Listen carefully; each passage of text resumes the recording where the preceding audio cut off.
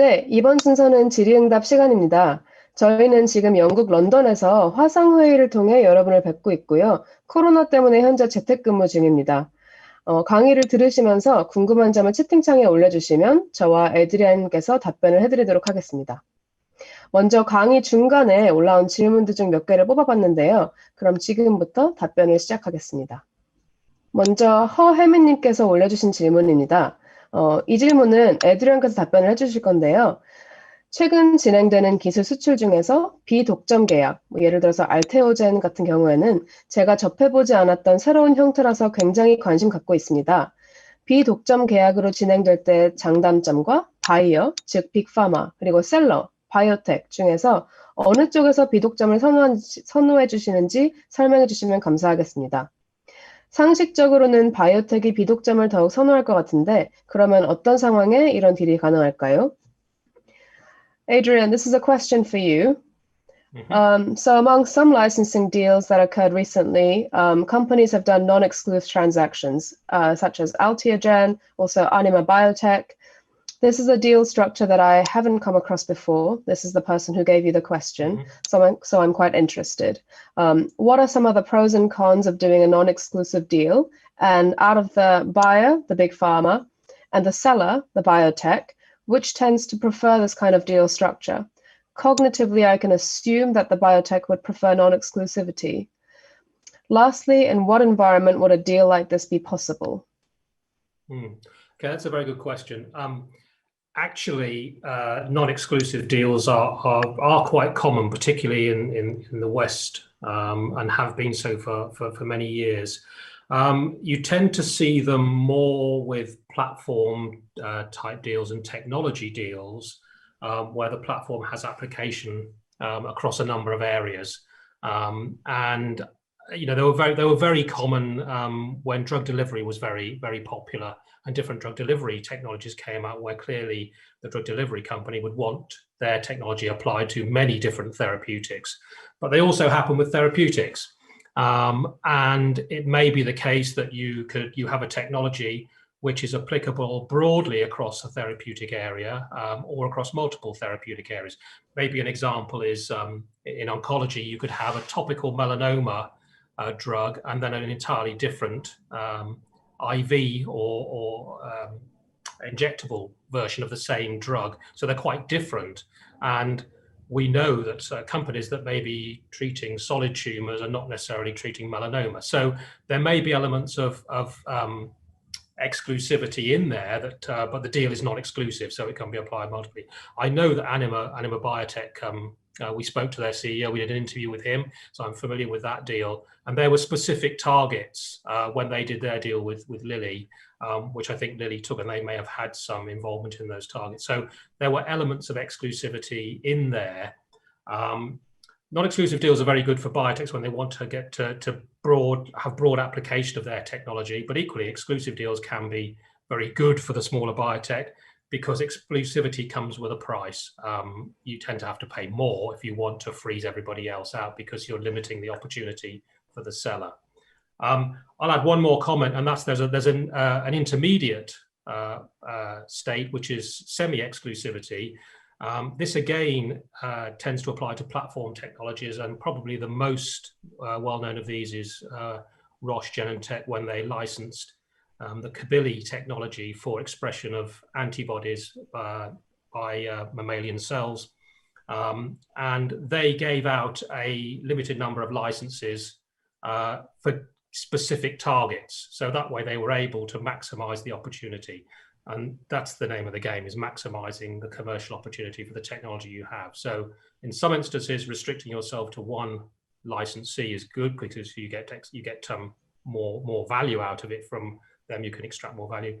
But if extracting more value comes with non-exclusivity and widening the deals to a number of parties, then that can be the way to go. Great. 네, 다음 질문입니다. 키키님께서 올려주신 질문인데요. IP 포트폴리오 설계로 고민이 많은데요. 밸류에이션이나 라이센싱에서 IP의 중요도는 얼마나 되는지 궁금합니다. 이건 제가 먼저 답변을 드리고 애드리안께 추가하실 게 있는지 여쭤보도록 하겠습니다. 저희가 보통 라이센싱이나 밸류에이션을 하게 되면 특히 국내에서 많이 하시는 신약 개발, 쪽에서 하게 되면 아무래도 이게 현재 가치, 지금 당장 레베뉴가 나오고 있는 게 아니기 때문에 현재 가치보다는 미래의 포텐셜에 투자를 하는 개념으로 생각하시면 될 것 같아요. 그렇기 때문에 보통 라이센싱을 하게 되면 빅파마에서 가장 먼저 물어보는 것 중에 하나가 물론 뭐 바이올로지나 타겟에 대해서 물어보기도 하지만 그 외에 뭐 에피커시, 세이프티를 떠나서 IP를 가장 물어보는 경우가 많습니다. 이거는 말씀드린 대로 앞으로 우리가 창출할 수 있는 가치에 대해서 얼마나 프로텍션을 갖고 있는지 그 부분이 중요하기 때문인데 어떻게 보시면 라이센싱 자체가 지금 이 약물을 거래한다는 것보다 그 약물에 대한 우리의 권리, IP 그리고 프로텍션을 거래하는 것과 마찬가지이기 때문에 굉장히 중요하게 나오고 있고요. 가장 중요하게 지금 포트폴리오를 설계하신다고 하셔서 가장 중요한 IP 몇 가지만 말씀을 드리면 뭐 composition of matter가 있고 그 외에 use patent, 이게 얼마나 applicability가 좋은지, 그리고 그 외에 manufacturing이나 다른 부분에서도 IP가 프로텍션이 돼 있으면 더더욱 좋겠죠. 라이센싱이 이렇게 IP가 중요하기 때문에 저희가 밸류에이션 할 때 보통 라이센싱 딜을 준비하기 위해서 밸류에이션 하는 경우가 많아요. 앞으로 이게 창출될 가치는 얼만큼이고 그로 인해서 지금 현재 가치, net present value는 어느 정도이고 그 net present value가 바이어 그리고 뭐 그러니까 라이센스를 가져가는 빅파마 그리고 라이센소 현재 대부분 이제 국내 기업은 라이센스를 하기를 원하시기 때문에 그 둘 사이에서 밸류가 어떻게 나눠질지 그런 걸 저희가 하는 경우가 많은데 그렇기 때문에 밸류에이션 자체에서도 저희가 하게 되면 IP에 대해서 굉장히 많이 여쭤보는 편이긴 합니다. 근데 물론 이제 직접적으로 라이센싱을 할 때보다는 좀 덜 로버스트하게 여쭤보는 편이긴 하고요. Adrian, the next question is about IP, how important IP portfolios are when we do licensing and valuation. So I gave a very brief response on how Big Pharma asks about the IP and the different types of IP that are required, and also for valuations, because you are trading the potential value of the asset in the future, and you need to protect it via patents. Do you want to add anything to this question? No, not really. I think you've probably captured the key points there. Essentially, that you're right. That is what you're trading. You're trading IP and data, usually, and maybe some physical assets that go with it. The other point to remember is there's also know-how, which can protect your asset or your entity. And you have to take a view on whether you're better having trade secrets and know-how that you keep to yourself and trade those versus a patent which runs for a finite period of time. Trade secrets and know-how is indefinite, but of course, if it enters the public domain or somebody else discovers the same thing of doing it, you immediately lose all your protection. So you need to take that into consideration as well. And that usually in deals, there's elements of both. Right. 다음 질문입니다. 서양 기업들과 협상 시 협상이 성공적으로 진행되고 있다는 것은 어떤 신호로 알 수 있을까요? 약간 뉘앙스에 대해서 질문을 주신 것 같은데 이거는 Adrian께서 답변을 해드리겠습니다. The next question's for you, Adrian. When doing a deal process with Western companies, how could a Korean company know that the negotiations are going well? Sort of the nuance side of things. So I guess one good signal that things are progressing well is as the other side brings more and more departments and people into the process, you usually start out where you're just maybe engaging with a business development individual and perhaps one R&D person. But as things move on, you'll see lawyers getting involved, you'll see commercial people on the sales and marketing side getting involved, you'll see more R&D people and clinical development people getting involved in the process. And you can see that happening if you're using a data room as part of the negotiations. We always use commercially provided data rooms, and there are a number of them out there, but they give you feedback. You can actually see what people are reviewing in terms of your data that you're providing and how long they're spending in there. So you can judge one party maybe against another if you have two people that you're negotiating with. But that will show you the level of commitment and level of interest. So if the whole process has just got one or two people in there, they may not be so interested. And the more people is usually a good sign. Obviously, a very early good sign is signing a CDA, but that just gives them access to information. It doesn't necessarily mean it's going to move straight forward through to a deal. Great. 다음 질문입니다. 케이트님께서 질문 주셨는데요. 라이센싱 아웃의 결과, 예를 들어 만족도는 어떻게 측정되나요? 한 번 좋은 관계를 맺으면 같은 회사와 다음 라이센싱으로도 이어지는 경우를 기사로 보았는데 관계 유지도 기업의 지속적인 라이센싱에 도움이 될 것 같아서요. 이거는 어떻게 보면 답변을 질문에 넣어주셨어요. 맞습니다. 관계 유지가 기업의 지속적인 라이센싱, 그 외에 커머셜 릴레이션십에 굉장히 도움이 되죠. 저희가 항상 말씀드리는 게 있는데, 에드리안이 라이센싱에 대해서 말씀하실 때 항상 하시는 모토이기도 하고요. Deals are always done by people with people. 딜은 언제까지나 사람과 사람 사이에 하는 것이다 라는 건데요. 저희가 봤던 케이스 중에서도 굉장히 딜이 잘 지속이 되다가 사람이 바뀌었는데 그 사람이 상대편의 뭐 리더와 안 좋은 일이 있었다. 전 회사에서. 그래서 딜이 깨진 경우도 있었고 그 외에도 원래는 안 될 수도 있었던 딜이었는데 이 사람 둘 사이에 굉장히 사이가 좋아서 아니면 팀들끼리 래포 빌딩이 잘 되어서 딜이 성사가 되었다. 그런 경우도 본 적이 있고요. 그 외에 에드리안께서 다른 example이 있으신지 한번 여쭤보도록 하겠습니다. Next one, Adrian, you might have heard me say deals are done by people with people. I explained that that's one of your mottos when you're talking about licensing deals. This was a question from Kate, who said, how can you measure how successful or how satisfied each side is when a licensing deal is done? Because obviously when you build a good relationship, you may end up having more commercial relationships in the future with the same company. So maybe a connection between the people side of things and the commercial deal side of things. I think that's absolutely right, Summer. You'll get a good feel for how well the relationship is when you sort of become an extension of each other's operations, and you know, there is also a social side to this. Hopefully, your partners also become your friends, and you do spend time with them, and there is crossover between staff from both sides, and you will socialize, and that's a good sign. People do deals with people, and people like spending time with people, and in the current environment, that's actually very restricted. So I think people are finding that difficult. So as the relationship spreads beyond just the immediate deal with different communities interacting, then that's a good sign. If it becomes very sort of, you never interact and you only ever talk about the nuts and bolts of the process and bringing a drug to market, then it is very business-like, and that's less satisfying. That said, it's true to say that there comes a point in many deals where the big pharma takes over from the biotech because the drug is developed, it's finished, and it's going to market, and there's less of a requirement for a contribution from the biotech maybe. So then it may scale down, but having done a deal with a pharma, it's quite often that subsequent deals happen because they're interested in you and the way you work and your capabilities. So it's quite often that the relationship endures. Great. And I think the next question is also for you, but I'm just going to read it out in Korean. 다음은 지미 로우께서 보내주신 질문인데요. 딜 협상 시 라이센서와 라이센시 간의 원하는 금액의 차이가 클 때 객관적으로 조정할 수 있는 방법은 무엇인가요? 이건 제가 에드리안께서 답변하시면 좋을 것 같다고 생각했던 게 저희가 국내 기업이랑 일을 했을 때 아주 비슷한 사례가 있었습니다. 근데 그 프로젝트를 에드리안께서 담당하셨기 때문에 제가 답변을 부탁드리도록 하겠습니다.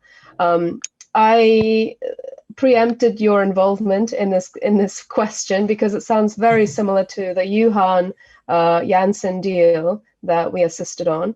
The question from Jimmy Rowe is, when you're negotiating a deal and there is a big difference between the deal value that the licensor thinks they should have versus the licensee, how can you objectively negotiate the price? Right, that's a very good question. And the valuation, hopefully both sides will do a valuation. Valuations are typically based on assumptions. And so where differences arise, they're normally driven by differences in assumptions. So the process should be, therefore, if you are quite far apart, to share the assumptions from both sides on which you've built the valuation estimates and understand where they may have got their assumptions from and why yours are different and have evidence to back up your assumptions. So, for example, if you were assuming your drug is going to hit peak sales of 6 billion, say it's going to be a massive blockbuster, and the party you're licensed to thinks it's only going to reach 1 billion, that's going to have a massive difference in the deal terms. So you need to build evidence as to why 6 billion is a reasonable number for peak sales. And so understanding the market that you've based your assumptions on is key. And it can't just be well, mine's a better drug, so of course it's going to be better. You need to understand what else is out there and what else is doing. So that's the key to it is if you're not close together, air the assumptions on both sides as to how you got to the valuation that you got to and the terms you got to. And then that can bring you closer together, and hopefully it does, and you can do a deal. 다음 질문입니다. 데니얼 킴께서 주신 질문인데요. 글로벌 컨퍼런스, 바이오 유럽 같은 행사를 제외하고 포텐셜 라이센시와 어떻게 효율적으로 컨택할 수 있고 저희가 티저를 매력적이게 보일 수 있을까요? 콜드 이메일링이나 포털을 활용하는 것은 많이 누락되는 것 같아서요. 네, 굉장히 좋은 질문입니다. 이게 사실은 원래부터 네트워크가 좋은 회사라면 그 네트워크를 활용해서 이 컨퍼런스를 제외하고도 직접적으로 컨택을 할 수가 있겠지만 그렇지 않으신 분들의 경우에는 뭐 일단 가장 처음에는 말씀하신 바이오 유럽 같은 컨퍼런스를 활용하시는 게 가장 이피션트하게 효율적으로 만날 수 있는 포털인 건 맞습니다. 하지만 처음부터 바이오 유럽에 나가서 콜드 미팅을 하고 싶지 않으시다면 이미 네트워크를 가지고 계신 분들과 같이 협업을 하시는 것도 좋을 것 같고요. 뭐 예를 들어서 BD팀에 하이어링을 하실 때 그럼 원래 네트워크가 많이 계신 분들을 하이어하신다든지 아니면 파마벤처스 같은 회사를 통해서 네트워크를 약간 빌리는 개념으로 볼 수 있겠죠. 저희도 여러 분들께서 이제 일단 네트워크만 빌리고 다음에 협상은 우리가 하겠다라고 하시는 분들도 계시거든요. 그래서 그런 플렉시블한 스트럭처를 볼 수도 있을 것 같고요. 그 다음에 아무래도 이렇게 처음에 그런 식으로 이제 나가서 릴레이션십 빌딩을 하시면서 이 네트워크가 다져지게 되면 그 다음부터는 좀 더 수월하게 다이렉트 컨택을 하실 수 있을 거예요. 그 외에 티저를 어떻게 매력적으로 보일 수 있을까라는 질문을 주셨는데 이거는 저희가 항상 회사들이랑 일을 할 때 말씀드리는 것 중에 하나인데 특히 국내 기업분들이 많이 생각하시는 게 내가 처음부터 모든 정보를 다 티저에 넣으면 아니면 non-confidential presentation에 넣으면 더 매력적으로 보일 것이다. 왜냐하면 많은 정보를 주는 거기 때문에 더 좋아할 것이다 라고 생각하시는데 사실은 그렇지 않은 경우가 많거든요. 특히 아시다시피 컨퍼런스에 나가시면 몇백 개, 몇천 개 회사랑 빅파마가 미팅을 하기 때문에 모든 정보를 다 줘서 아주 긴 정보를 읽게 하는 것보다는 가장 핵심적인 것들, 가장 매력적으로 보이는 것들을 먼저 말 그대로 티저이기 때문에 가장 매력적인 걸 티저를 던져서 약간 CDA를 사인하고 다음 프로세스로 넘어가게끔 하는 게 중요합니다. 그래서 꼭 필요한 정보들, 예를 들어서 이게 unmet needs가 어느 정도인지, 타겟은 어떤 타겟인지, 밸리데이션 한 거랑, efficacy, safety, 뭐 이런 relatable한 데이터를 웬만큼 넣으시는 게 좋고요. 거기에다가 IP랑 이 opportunity가 어떤 거인지 그런 핵심적인 것만 넣되 좀 가능하시다면 이미지나 그래프 같은 것도 넣으시고 최대한 좀 인터레스팅하게 만들어서 흥미를 유발하는 게 가장 중요할 것 같습니다. 그래서 이런 걸 하시게 되면 아마 더 하실수록 어떤 게 더 다른 이 회사를 매력적으로 보일 수 있게 하는지 이 에셋에 저스티스를 하는지 아마 아실 수 있을 거예요. 하시면서 점점 더 잘 하실 거라고 생각합니다. 다음 질문은 에스더 리 님께서 주신 질문입니다. 인터널 텀쉿을 미리 준비하는 것이 좋다고 하셨는데 플랫폼 기술을 가진 기업이 리서치 콜라보레이션 앤 옵션 어그리먼트를 목표로 하는 경우에 한 종류의 텀쉿을 미리 준비하는 것이 어려울 것 같습니다. 그렇다면 여러 버전을 준비하는 것인가요? 또한 이런 경우 밸류에이션을 어떻게 해서 텀쉿을 준비하는지도 궁금합니다. Okay, the next question is for you, Adrian. It's from Esther Lee. You said that it's good to have an internal term sheet prepared. For a platform technology company and that's wishing to do research collaborations and option agreements, it might be difficult to just prepare one term sheet, a vanilla one-size-fits-all term sheet. Therefore, should we be preparing lots of different versions? Also, in this case, I'm wondering how we should be doing the valuation ahead of the term sheet preparation. Right, okay. So two good questions. When we say internal term sheet, we don't necessarily mean you write strictly out a term sheet, I want X and Y and Z. What we're sort of referring to is the terms that you would like to see, and enough of them so that when we also talked about those things that you're prepared to give up or maybe be flexible on, that you've already thought about them, so that you're not having to react on the fly, as we say, so immediately in the room, because you haven't considered all the possible terms that might be relevant to you. So even for a platform, you can do that, and what you can do is set yourself ranges maybe that are acceptable for you. So if as a platform company, maybe if you're licensing to a big pharma, you'll be at the top end of the range in terms of numbers. But if you're licensing it to a smaller player, you're prepared to accept something less. So you're at the lower end of the range, so that you're still capturing the right value, but you're not asking for things and not putting a hard line, which means you can't get a deal done. Sorry, what was the second part, Summer? So if you're preparing a number of term sheets, how should you do the valuation ahead of preparing such a document? Okay. So valuations are fine. You have to remember that there are two aspects to valuation. There's theoretical and there's actual, real. Theoretical being discounted cash flows.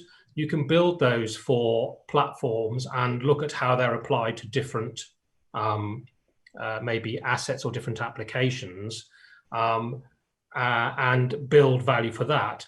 You need to be careful in platform licensing. Some people will want to take a license where they've got rights to multiple indications or asset products of the platform, but they may only ever take one of those all the way through to market. So you need to make sure that you safeguard there. The other aspect of valuation is, of course, comparables and precedent deals, where those have actually, people have paid real money for real things, so they actually happened. And there are a number of those that have been done with platform technologies. So comparing yourself to those and looking at the terms that they were able to generate is a useful way of establishing value, and then aligning that with your theoretical, which may be indication or therapeutic area specific. Great. And the next question, 다음 질문입니다. 협상 인원은 몇 명으로 어떤 기성으로 구성하는 것이 좋을까요?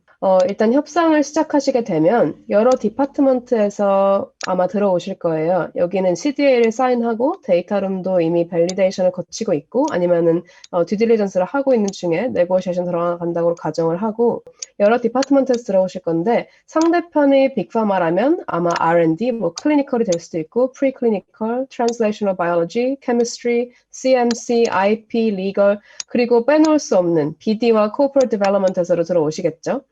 거기에 대해서 아무래도 이제 스케일이 너무 크기 때문에 빅파마와 작은 바이오 벤처를 비교하는 데는 아마 무리가 있겠지만, 우리도 최대한 어떤 질문들이 나올 건지 아마 대비를 하고 그런 인원들을 준비하는 게 좋을 것 같습니다. 최소 인원으로는 저희 또 말씀드리는 게 비즈니스 디벨롭먼트나 사업 개발을 담당하고 계신 담당자분, 그 외에 R&D 쪽에서 바이올로지랑 CMC, 케미스트리 이런 부분들에서 들어오시는 게 좋겠고요. 그 외에도 클리니컬 스테이지를 간 약물이라면 클리니컬을 담당하시고 계시는 분들, 그 외에 뭐 톡스 스터디나 이런 걸 담당하시는 분들 들어오시면 좋을 것 같아요. 그 외에 만약에 컨설턴트나 어드바이저를 쓰신다면 이게 뭐 R&D 쪽에서 CRO를 쓰고 계실 수도 있고, 아니면은 CMC에 대해서 질문이 나올 걸 대비해서 CMO, 우리 약물을 만들어주는 컨설턴트일 수도 있고요. 그 외에도 사업 개발을 같이 도와주고 있는 BD 어드바이저일 수도 있고, 뭐 IP를 도와주고 있는 IP 로얄라든지 그런 분들이 필요하실 때 들어올 수는 있겠지만, 일단 여기서 가장 중요한 거는 상대편과 우리의 사이의 거리감이 얼마나 있는지, 얼마나 비슷한 상황에서 딜을 내고하고 있는지를 보시는 것도 중요할 것 같아요. 저희가 한 딜 케이스 중에서는 저희 회사, 클라이언트 회사 사이즈는 7명이었는데 상대편에서 딜 내고 들어올 때 빅파마에서 13명을 보낸 적이 있거든요. 뭐 그런 상황에서는 아무래도 숫자가 굉장히 크게 차이가 나기 때문에 어떻게 보면 그쪽에서 관심을 많이 보이는구나, 우리 약물에 굉장히 인베스트먼트를 많이 하고 있구나, 좋은 뜻이기도 하지만, 그쪽에서 질문이 아주 많이 나오면 좀 어려운 상황이 될 수도 있기 때문에 상대편에서 몇 명이 나오는지 그리고 어떤 팀에서 나오는지 우리 팀에서 몇 명이 나갈지 어떤 팀에서 나갈지를 한번 비교해 보시는 것도 좋을 것 같습니다. 자, 다음 질문입니다. 라이센싱은 언제부터 준비하면 될까요? 예를 들어서 기술 단계 그리고 라이센싱 딜이 될 때까지 목표 시간 같은 걸 물어보시는 것 같아요. 그리고 어떤 단계부터 파마벤처스와 같은 기업과 논의를 시작하는 것이 좋나요? 라고 질문을 주셨는데 Adrian, this is a question for you. When should a company start preparing for a licensing process?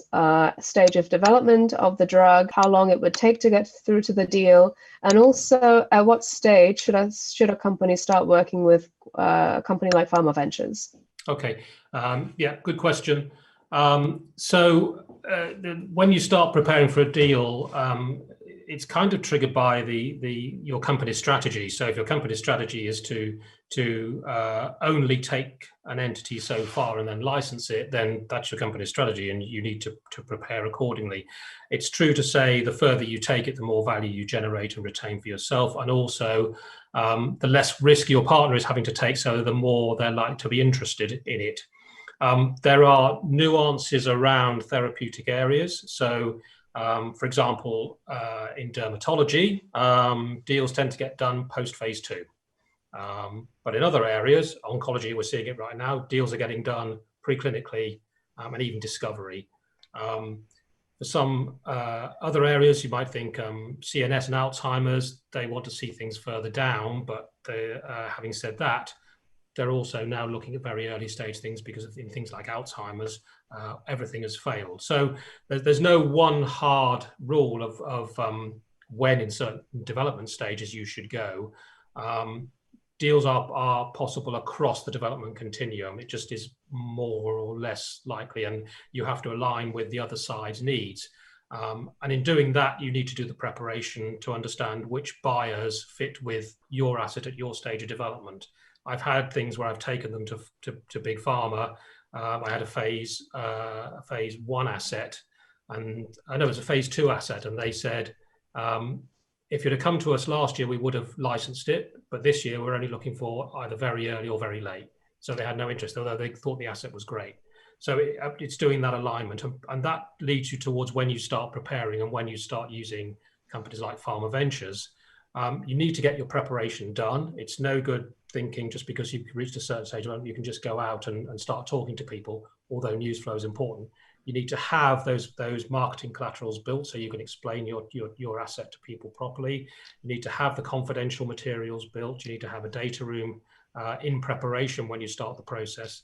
So we would typically recommend that you start working with people like us 3 to 6 months in advance of you actually wanted to go out and engage with the market, so that you get that important preparation work done, because that's all part of getting you to the best deal possible. Great.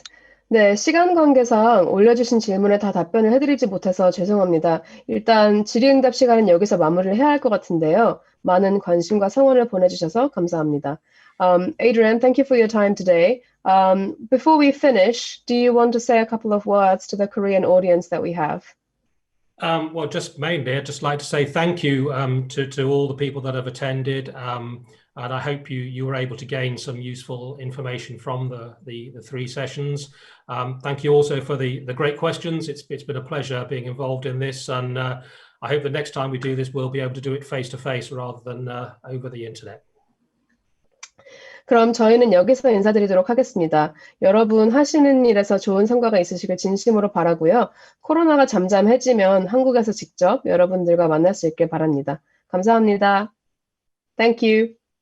Thank you.